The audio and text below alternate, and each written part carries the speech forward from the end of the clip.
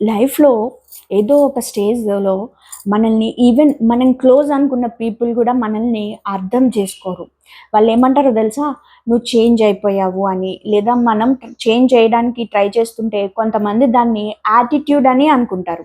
లేదా నువ్వు సైలెంట్గా ఉంటే కనుక ఎందుకు మారిపోయావు అని అడుగుతారు.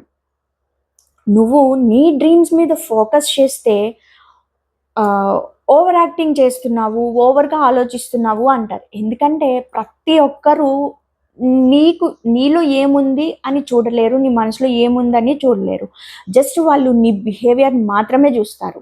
అందరినీ కన్విన్స్ చేయాలని ట్రై చేస్తూ ఉంటే కనుక మనం మన పీస్ని లాస్ అయిపోతూ ఉంటాము. కొన్ని జర్నీస్ ఎలోన్గా స్టార్ట్ చేస్తేనే మంచిది. గుర్తుపెట్టుకోండి, నీ వాల్యూని అందరూ అర్థం చేసుకోవాల్సిన అవసరం లేదు. నీ వాల్యూని నువ్వు మర్చిపోకుండా ఉంటే చాలన్నమాట. ఒకరోజు ఇప్పుడు మనల్ని డౌట్ అన్న వాళ్ళే మన చేంజ్ చూసి సర్ప్రైజ్ అవుతారు. Be real, be focused and keep moving silently.